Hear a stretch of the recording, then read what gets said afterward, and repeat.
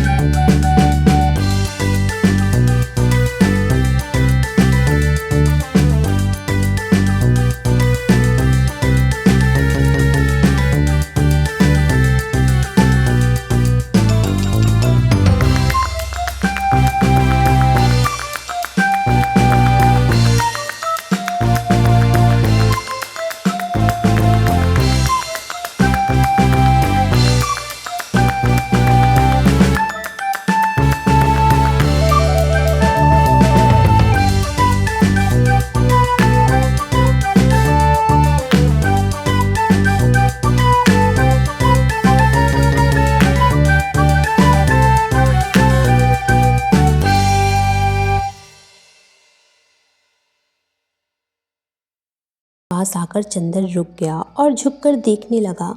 कार्तिक पूर्णों के चांद से झरने वाले अमृत को पीने के लिए व्याकुल किसी सुकुमार भावुक परी की फैली हुई अंजलि के बराबर बड़ा सा वह फूल जैसे रोशनी बिखेर रहा था। बेगम बेलिए के कुंज से छन कर आने वाली तोता पंखी धूप ने जैसे उस पर दहान पान की तरह खुशनुमा हरियाली बिखेर दी थी। चंदर ने सोचा उसे तोड़ ले, लेकिन हिम्मत न पड़ी। वह झुका ही था कि उसे सूंघ ही ले। सूंघने के इरादे से उसने हाथ बढ़ाया ही था कि किसी ने पीछे से गरज कर कहा, here you are, I have caught red handed today. यह तुम हो? आज तुम्हें मौके पर पकड़ पाया हूँ। और उसके बाद किसी ने अपने हाथों से जकड़ लिया और उसकी गर्दन पर सवार हो गया। वह उछल पड़ा और अपने को छुड़ाने की कोशिश करने लगा। पहले तो वह कुछ समझ नहीं पाया। अजब रहस्यमय है ये बंगला। एक अव्यक्त भय और एक सिरहन में उसके हाथ पैर ढीले हो गए, लेकिन उसने हिम्मत करके अपना एक हाथ छुड़ा लिया और मुड़कर देखा तो एक बहुत कमज़ोर बीमार सा पीली आंखों वाला गोरा उसे पकड़े हुए था। चंदर के दूसरे हाथ को फिर पकड़ने की कोशिश करता हुआ वह हाँफता हुआ बोला अंग्रेजी में, रोज़ रोज़ यहाँ से फूल गायब होते थे। मैं कहता था कौन ले जाता है? हो वह हाँफता जा रहा था। आज मैंने पकड़ा तुम्हें। रोज़ चुपके से चले जाते थे। वह चंदर को कसकर पकड़े था, लेकिन उस बीमार गोरे की सांस जैसे छूटी जा रही थी। चंदर ने उसे झटका देकर धकेल दिया और डांट कर बोला, क्या मतलब है तुम्हारा? पागल है क्या? खबरदार जो हाथ बढ़ाया, अभी ढेर कर दूंगा तुझे, गोरा सुअर। और उसने अपनी आस्तीनें चढ़ाई। वह धक्के से गिर गया, धूल झाड़ते हुए उठ बैठा और बड़ी ही रोनी आवाज़ में बोला, कितना जुल्म है। मेरे फूल भी तुम चुरा ले गए और मुझे इतना हक भी नहीं कि मैं तुम्हें धमकाऊं। अब तुम मुझसे लड़ोगे? तुम जवान हो, मैं बूढ़ा हूँ। हाय रे मैं। और सचमुच वह जैसे रोने लगा हो। चंदर ने उसका रोना देखा और उसका सारा गुस्सा हवा हो गया और हंसी रोककर बोला, गलत फहमी है जनाब, मैं बहुत दूर रहता हूँ। मैं चिट्ठी लेकर मिस डिक्रूज से मिलने आया था। उसका रोना नहीं रुका। तुम बहाना बनाते हो और अगर मैं विश्वास नहीं करता तो तुम मारने की धमकी देते हो। अगर मैं कमज़ोर ना होता तो तुम मुझे पीस कर खा जाता मैं तुम्हें, और तुम्हारी खोपड़ी कुचल कर फेंक देता जैसे तुमने मेरे फूल फेंके होंगे। फिर तुमने गाली दी, मैं उठाकर तुम्हें अभी नाले में फेंक दूंगा। अरे बाप रे, दौड़ो मुझे मार डाला, पापी टॉमी। अरे दोनों कुत्ते मर गए। उसने डर के मारे चीखना शुरू किया। क्या है बर्टी, क्यों चिल्ला रहे हो? बाथरूम के अंदर से किसी ने चिल्लाकर कहा, अरे मार डाला इसने, दौड़ो। झटके से बाथरूम का दरवाज़ा खुला। वेडिंग गाउन पहने हुए एक लड़की दौड़ती हुई आई और चंदर को देखकर रुक गई। क्या है? उसने डांट कर पूछा। कुछ नहीं, शायद पागल मालूम देता है। ज़बान संभाल कर बोलो, वह मेरा भाई है। ओह, कोई भी हो, मैं मिस डिक्रूज से मिलने आया था। मैंने आवाज़ दी तो कोई नहीं बोला। मैं बाग में घूमने लगा, इतने में इसने मेरी गर्दन पकड़ ली। यह बीमार और कमज़ोर है, वरना अभी गर्दन दबा देता। गोरा उस लड़की के आते ही फिर तनक कर खड़ा हो गया और दांत पीसकर बोला, अरे मैं तुम्हारे दांत तोड़ दूंगा, बदमाश कहीं का। चुपके आया और गुलाब तोड़ने लगा।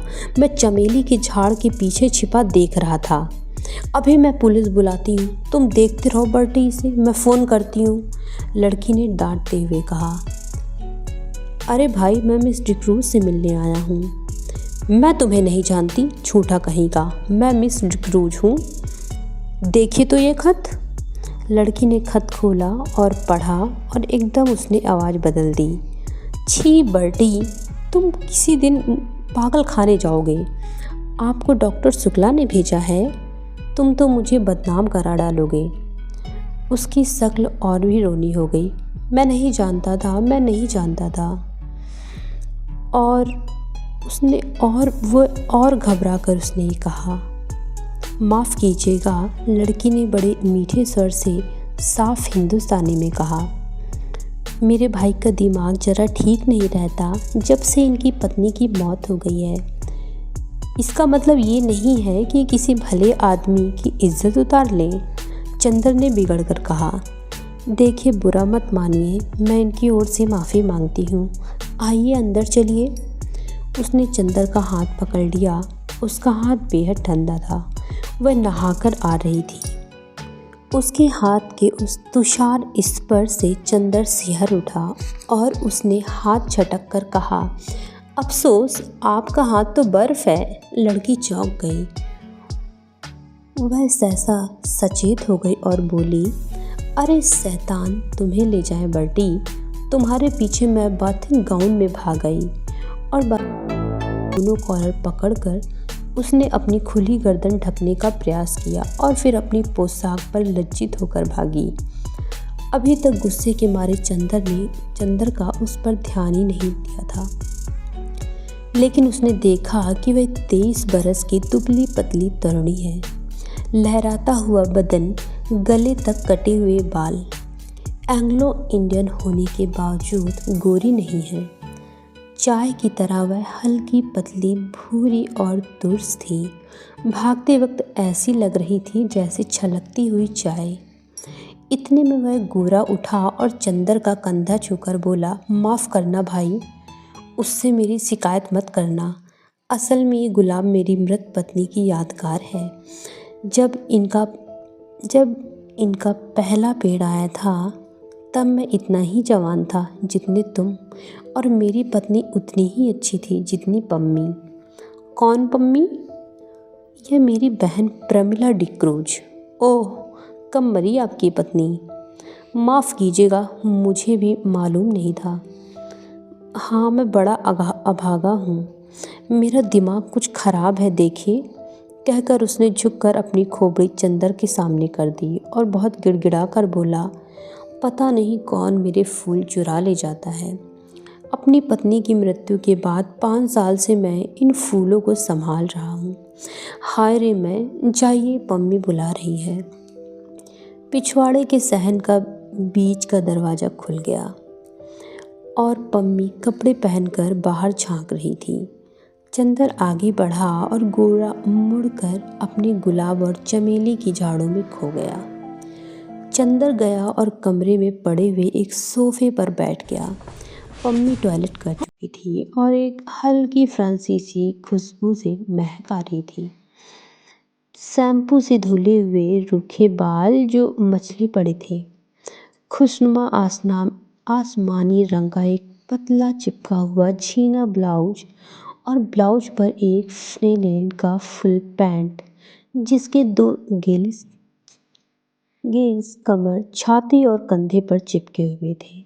होठों पर एक हल्की लिपस्टिक की झलक मात्र थी और गले तक बहुत हल्का पाउडर जो बहुत नज़दीक से ही मालूम होता था।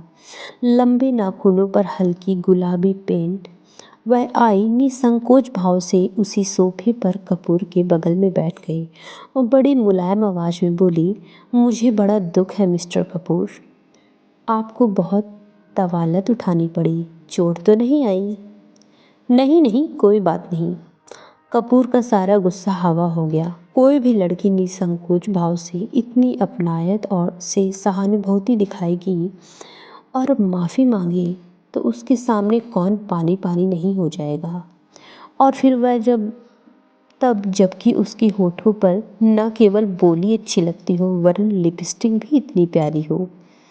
लेकिन चंदर की एक आदत थी और वह कुछ ना हो, कम से कम वह यह अच्छी तरह जानता था कि नारी जाति से व्यवहार करते समय कहाँ पर कितनी ढील देनी चाहिए, कितना कसना चाहिए और कब सहानुभूति से उन्हें झुकाया जा सकता है, कब अकड़कर। इस वक्त जानता था कि इस लड़की से वह जितनी सहानुभूति चाहे ले सकता है, अपने अपमान के हट जाने के तौर पर। इसलिए कपूर साहब बोले, लेकिन मिस डिक्रूज आपके बीमार भाई होने के बावजूद बहुत मजबूत हैं। उफ, गर्दन पर जैसे अभी तक जलन हो रही है। ओहो, सचमुच मैं बहुत शर्मिंदा हूँ देखो। और कॉलर हटाकर उसने गर्दन पर अपनी बर्फीली उंगलियां रख दी। लाइए लोशन मल दूं मैं? धन्यवाद धन्यवाद, इतना कष्ट ना कीजिए, आपकी उंगलियां गंदी हो जाएंगी। कपूर ने बड़ी शालीनता से कहा।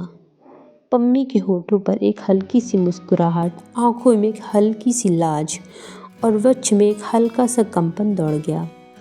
यह वाक कपूर ने चाहे शरारत में ही कहा हो, लेकिन कहा इतने शांत और संयत स्वरों में कि पम्मी कुछ प्रतिवाद भी न कर सकी। और फिर वह 6 बरस से 8 बरस तक की कौन ऐसी स्त्री है जो अपने रूप की प्रशंसा पर बेहोश न हो जाए। अच्छा लाइए, वह स्पीच कहाँ है जो मुझे टाइप करनी है? उसने विषय बदलते हुए कहा। यह लीजिए, कपूर ने दे दी। यह तो मुश्किल से 3-4 घंटे का काम है। और पम्मी स्पीच को उलट पुलट कर देखने लगी। माफ़ कीजिएगा अगर मैं कुछ व्यक्तिगत सवाल पूछूं, क्या आप टाइपिस्ट हैं? कपूर ने बहुत शिष्टता से पूछा। जी नहीं, पम्मी ने उन्हीं कागजों पर नज़र गड़ाते हुए कहा। मैंने कभी टाइपिंग और शॉर्ट हैंड सीखी थी और तब मैं सीनियर कैम्ब्रिज पास करके यूनिवर्सिटी गई थी। यूनिवर्सिटी मुझे छोड़नी पड़ी क्योंकि मैंने अपनी शादी कर ली। अच्छा, आपके पति कहाँ हैं? रावलपिंडी में, आर्मी में। लेकिन फिर आप डिक्रूज क्यों नहीं लिखती और फिर मिस? क्योंकि हम लोग अलग हो गए हैं। और स्पीच के कागज को फिर तय करती हुई बोली। मिस्टर कपूर, आप अविवाहित हैं? जी हाँ। और विवाह करने का इरादा तो नहीं रखते? नहीं। बहुत अच्छे, तब तो हम लोगों में निभ जाएगी। मैं शादी से बहुत नफरत करती हूँ। शादी अपने को दिया जाने वाला सबसे बड़ा धोखा है। देखिए, ये मेरे भाई हैं ना, कैसे पीले और बीमार से हैं। ये पहले बड़े तंदुरुस्त और टेनिस में प्रांत के अच्छे खिलाड़ियों में से थे। एक विशप की दुबली पतली भावुक लड़की से इन्होंने शादी कर ली और उसे बेहद प्यार करते थे। सुबह शाम दोपहर रात कभी उसे अलग नहीं होने देते थे। हनीमून के लिए उसे लेकर सिलोन गए थे। वह लड़की बहुत कला प्रिय थी, बहुत अच्छा नाचती थी, बहुत अच्छा गाती थी और खुद गीत लिखती थी। यह गुलाब का बाग उसी ने बनवाया था और इन्हीं के बीच में दोनों बैठकर घंटों गुजार देते थे। कुछ दिनों बाद दोनों में झगड़ा हुआ। क्लब में बॉल डांस था और उस दिन वह लड़की बहुत अच्छी लग रही थी, बहुत अच्छी। डांस के वक्त इनका ध्यान डांस की तरफ कम था, अपनी पत्नी की तरफ ज़्यादा। इन्होंने आवेश में उसकी अंगुलियां जोर से दबा दी। वह चीख पड़ी और सभी इन लोगों की ओर देखकर हंस पड़े। वह घर आई और बहुत बिगड़ी और बोली, आप नाच रहे थे या टेनिस का मैच खेल रहे थे? मेरा हाथ है टेनिस का रैकेट। इस बात पर बर्टी भी बिगड़ गया और उस दिन से जो इन लोगों में खटकी तो फिर कभी न बनी। धीरे धीरे वह लड़की एक सार्जेंट को प्यार करने लगी। बर्टी को इतना सदमा हुआ कि वह बीमार पड़ गया, लेकिन बर्टी ने तलाक नहीं दिया, उस लड़की से कुछ कहा भी नहीं और उस लड़की ने सार्जेंट से प्यार करना जारी रखा। लेकिन बीमारी में बर्टी की बहुत सेवा की। बर्टी अच्छा हो गया। उसके बाद उसको एक बच्ची हुई और उसी में वह मर गई। हालांकि हम लोग सब जानते हैं कि वह बच्ची उस सार्जेंट की थी, लेकिन बर्टी को यकीन नहीं होता कि वह सार्जेंट को प्यार करती थी। वह कहता है, ये दूसरे को प्यार करती होती तो मेरी इतनी सेवा कैसे कर सकती थी भला। उस बच्ची का नाम बर्टी ने रोज रखा और उसे लेकर दिन भर उन्हीं गुलाबों के पेड़ों के नीचे बैठा करता था, जैसे अपनी पत्नी को लेकर बैठता था। 2 साल बाद बच्ची को सांप ने काट लिया। वह मर गई और तब से बर्टी का दिमाग ठीक नहीं रहता। खैर, जाने दीजिए, आइए अपना काम शुरू करें। चलिए अंदर के स्टडी रूम में चलें। चलिए, चंदर बोला और पम्मी के पीछे पीछे चल दिया। मकान बहुत बड़ा था और पुराने अंग्रेजों के ढंग पर सजा हुआ था। बाहर से जितना पुराना और गंदा नजर आता था, अंदर से उतना ही आलीशान और सुथरा। ईस्ट इंडिया कंपनी के ज़माने की छाप थी अंदर। यहाँ तक कि बिजली लगने के बावजूद अंदर पुराने बड़े बड़े हाथ से खींचे जाने वाले पंखे लगे थे। 2 कमरों को पार कर वे लोग स्टडी रूम में पहुंचे। बड़ा सा कमरा जिसमें चारों तरफ अलमारियों में किताबें सजी हुई थीं। 4 कोने में 4 मेजें लगी हुई थीं, जिनमें कुछ बस्ट और कुछ तस्वीरें स्टैंड के सहारे रखी हुई थीं। एक अलमारी के नीचे खाने में टाइपराइटर रखा था। पम्मी ने बिजली जला दी और टाइपराइटर खोलकर साफ करने लगी। चंदर घूमकर किताबें देखने लगा। एक कोने में कुछ मराठी की किताबें रखी थीं। उसे बड़ा ताज्जुब हुआ। अच्छा पम्मी, ओह माफ़ कीजिएगा मिस डिक्रूज। नहीं, आप मुझे पम्मी पुकार सकते हैं, मुझे यही नाम अच्छा लगता है। हाँ, क्या पूछ रहे थे आप? क्या आप मराठी भी जानती हैं? नहीं, मैं तो नहीं, मेरी नानी जी जानती थी।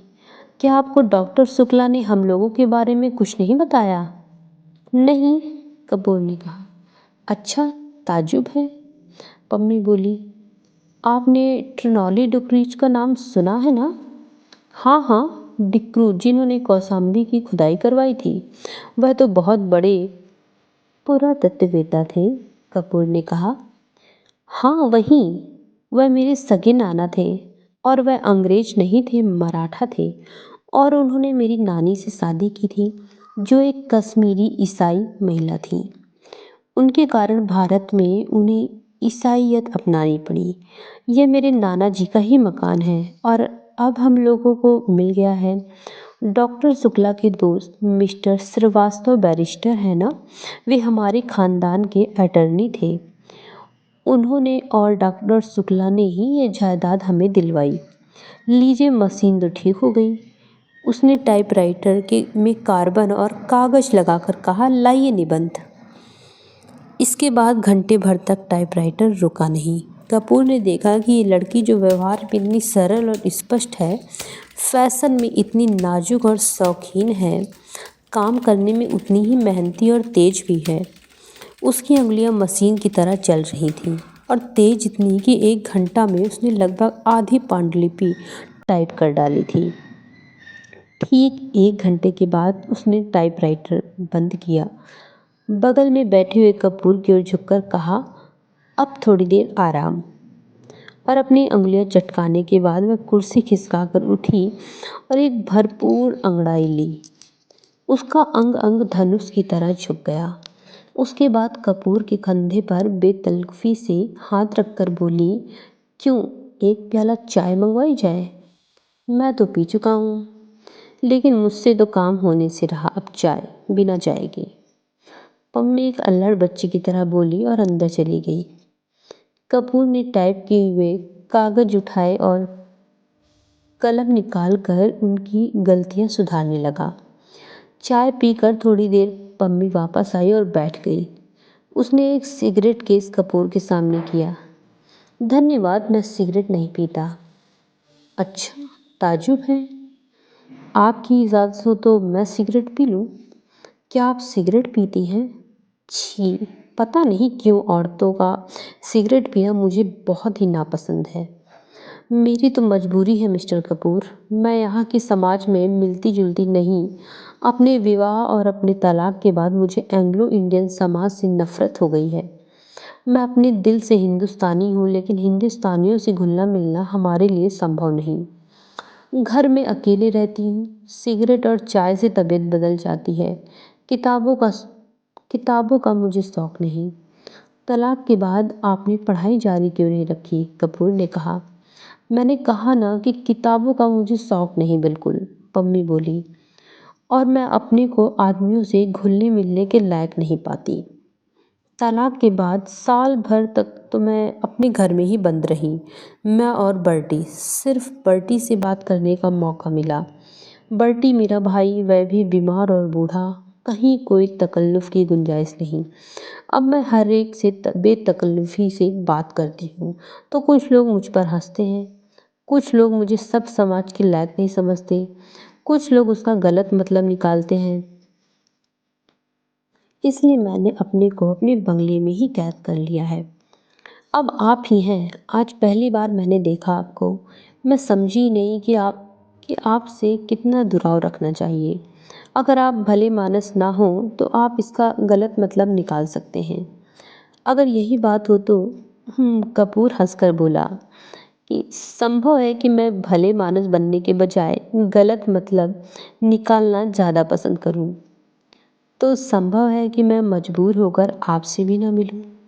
पम्मी गंभीरता से बोली। नहीं मिस डिक्रूज, नहीं आप पम्मी कहिए, डिक्रूज नहीं। पम्मी सही, आप गलत न समझिए, मैं मजाक कर रहा था, कपूर बोला। उसने इतनी देर में समझ लिया कि ये साधारण ईसाई छोकरी नहीं है। इतने में बर्टी लड़खड़ाता हुआ हाथ में धूल सना हुआ खुरपा लिए आया और चुपचाप खड़ा हो गया और अपनी धुंधली पीली आंखों से एकटक कपूर को देखने लगा। कपूर ने कुर्सी खिसका दी और कहा, आइए। पम्मी उठी और बर्टी के कंधे पर एक हाथ रखकर उसे सहारा देकर कुर्सी पर बिठा दिया। बर्टी बैठ गया और आंखें बंद कर ली। उसका बीमार कमजोर व्यक्तित्व जाने कैसा लगता था कि पम्मी और कपूर दोनों चुप हो गए। थोड़ी देर बाद बर्टी ने आंखें खोली और बहुत करुण स्वर में बोला, पम्मी तुम नाराज हो? मैं जानबूझकर तुम्हारे मित्र का अपमान नहीं किया था मैंने। अरे नहीं, पम्मी ने उठकर बर्टी का माथा सहलाते हुए कहा, मैं तो भूल गई और कपूर भी भूल गए। अच्छा धन्यवाद पम्मी, अपना हाथ इधर लाओ। और वह पम्मी के हाथ पर सिर रखकर पड़ा रहा और बोला, मैं कितना अभागा हूँ, कितना अभागा। अच्छा पम्मी, कल रात को तुमने सुना था वह आई थी और पूछ रही थी, बर्टी तुम्हारी तबीयत अब ठीक है? मैंने झट अपनी आंखें ढक ली थी और कि कहीं आंखों का पीलापन देख ले। मैंने कहा, तबीयत अब ठीक है, मैं अच्छा हूँ, तो उठी और जाने लगी। मैंने पूछा, कहाँ चली? तो बोली, सार्जेंट के साथ जरा क्लब जा रही हूँ। तुमने सुना था पम्मी? कपूर स्तब्ध सा उन दोनों की ओर देख रहा था। पम्मी ने कपूर को आंख का इशारा करते हुए कहा, हाँ हमसे मिली थी वह, लेकिन बर्टी वह सार्जेंट के साथ नहीं गई थी। हाँ तब? बर्टी की आंखें चमक उठी और उसने उल्लास भरे स्वर में पूछा। वह बोली, बर्टी के ये गुलाब सार्जेंट से ज़्यादा प्यारे हैं। पम्मी बोली, अच्छा? मुस्कुराहट से बर्टी का चेहरा खिल उठा। उसकी पीली पीली आंखें और धंस गई और दांत बाहर झलकने लगे। क्या कहा उसने? फिर तो कहो। उसने कहा, ये गुलाब सार्जेंट से ज़्यादा प्यारे हैं। फिर इन्हीं गुलाबों पर नाचती रही और सुबह होते ही इन्हीं फूलों में छिप गई। तुम्हें सुबह किसी फूल में तो नहीं मिली?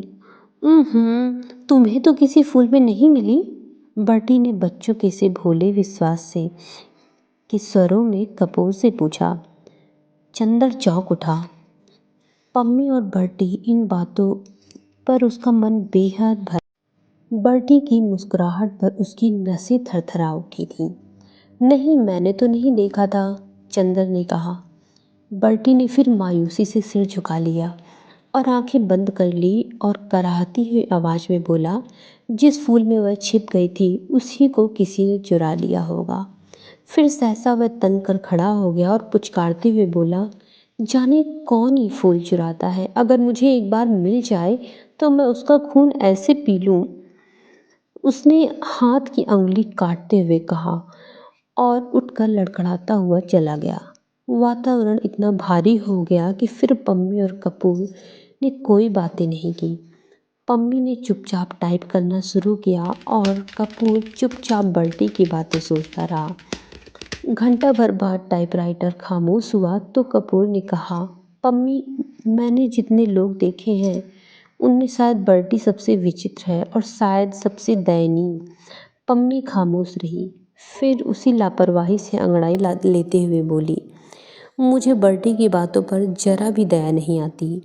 मैं उसको दिलासा देती हूँ क्योंकि वह मेरा भाई है और बच्चे की तरह नासमझ और लाचार। कपूर चौंक गया और वह पम्मी की ओर आश्चर्य से चुपचाप देखता रहा, कुछ बोला नहीं। क्यों? तुम्हें ताज्जुब क्यों होता है? पम्मी ने कुछ मुस्कुरा कर कहा। लेकिन मैं सच कहती हूँ, वह बहुत गंभीर हो गई। मुझे जरा सा तरस नहीं आता इस पागलपन पर। क्षण भर चुप रही, फिर जैसे बहुत ही तेजी से बोली, तुम जानते हो उसकी फूल कौन चुराता है? मैं उसकी फूल तोड़कर फेंक देती हूँ। मुझे शादी से नफरत है, शादी के बाद होने वाली आपसी धोखेबाजी से नफरत है, और उस धोखेबाजी के बाद इस झूठ मूठ की यादगार और बेईमानी के पागलपन से नफरत है। और ये गुलाब के फूल ये क्यों मूल्यवान है? इसलिए ना कि इसके साथ बर्टी की ज़िंदगी की इतनी बड़ी ट्रेजेडी गुथी हुई है। अगर एक फूल के खूबसूरत होने के लिए आदमी की ज़िंदगी में इतनी बड़ी ट्रेजेडी आना ज़रूरी है, तो लानत है उस फूल की खूबसूरती पर। मैं उससे नफ़रत करती हूँ, इसलिए मैं किताबों से नफ़रत करती हूँ। एक कहानी लिखने के लिए कितनी कहानी की ट्रेजेडी बर्दाश्त करनी होती है। पम्मी चुप हो गई। उसका चेहरा सुर्ख हो गया था। थोड़ी देर बाद उसका तैश उतर गया और वह अपने आवेश पर खुद पर शर्मा गई। उठकर वह कपूर के पास गई और उसके कंधों पर हाथ रखकर बोली, बर्टी से मत कहना, अच्छा? कपूर ने सिर हिलाकर स्वीकृति दी और कागज समेट कर खड़ा हुआ। पम्मी ने उसके कंधों पर हाथ रखकर उसे अपनी ओर घुमाकर कहा, देखो, पिछले 4 साल से मैं अकेली थी और किसी दोस्त का इंतज़ार कर रही थी। तुम आए और दोस्त बन गए, तो अब अक्सर आना है। अच्छा, कपूर ने गंभीरता से कहा, डॉक्टर शुक्ला से मेरा अभिवादन कहना, कभी यहाँ ज़रूर आए। आप कभी चलिए, वहाँ उनकी लड़की है, आप उससे मिलकर खुश होंगी। पम्मी उसके साथ फाटक तक पहुँचाने चली तो देखा बर्टी एक चमेली के झाड़ में टहनियों हटा हटा कर कुछ ढूंढ रहा था। पम्मी को देखकर उसने पूछा कि तुम्हें याद है वह चमेली की झाड़ में तो नहीं छिपी थी? कपूर ने पता नहीं क्यों जल्दी से पम्मी को अभिवादन किया और चल दिया। उसे बर्टी को देखकर डर लगता था।